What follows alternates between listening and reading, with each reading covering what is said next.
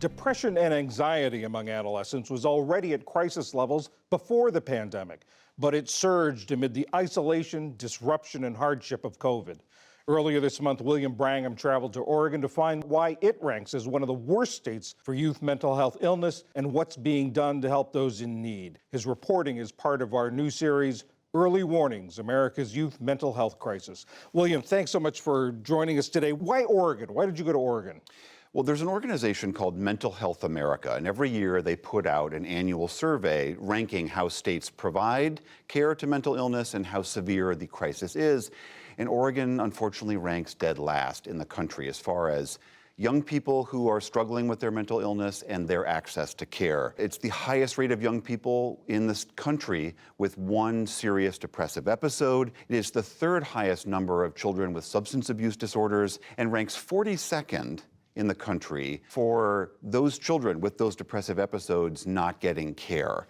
And so there are a bunch of reasons why this happened. A recent state audit looked at several different factors, staffing shortages, poor data, and just an overall lack of beds. We, in fact, in our reporting found that in the entire state, there are only 40 beds for the most acute children who need this kind of care. And there's also this issue of Oregon being a rural state. I mean, there are several major cities, and the majority of people live in those cities, but a lot of the state lives in places where it's hours to care, and then mental health officials tell us once they discharge those people, they're going back to communities where there may not be a single psychiatrist in town to help them. This must put tremendous burden and pressure on the families. What sorts of stories did you hear? We heard so many different parents and families talking about this struggle. One mother, whose name is Laura, we didn't end up filming with her, but she told us a harrowing story. She adopted 3 children from within her own family. Each of those children had suffered terrible, all manner of abuse. Her 15-year-old daughter one day said to her, "I'm thinking about killing myself. I tried to drown myself in the tub last night." And so Laura goes on this quest to instantly try to find care for her. And every single doctor and psychiatrist she called said, almost as a matter of course, "We are months out before we can take care of you." And Laura was in a bit of a panic. This is a woman who works at a hospital as an administrator. She's someone who family members and friends would call her and help them troubleshoot health insurance issues, and she couldn't even get care.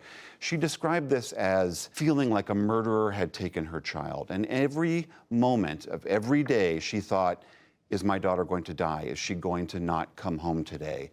And we heard a very similar set of stories. She eventually did get care, but it was a long, hard road, and she is just one of tens of thousands of families and parents. There was a bright spot in your reporting. You found a program that does show hope. That's right. This is an organization called Youthline, and it is a call-in line for teenagers who are in crisis.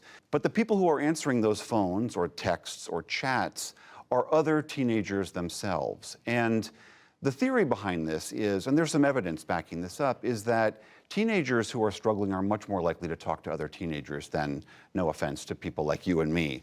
And the idea being, these kids will answer those calls, they will answer those chats, albeit with a good deal of training. But this organization has seen an incredible spike in growth from a few thousand calls per year to now tens of thousands of calls per year. And so Youthline is trying to grow this model and to diversify their base of volunteers who are working for them, go into native reservations, and try to make this program go national in the near future. William Brangham, thank you very much for sharing your reporting. My pleasure, John. Thank you.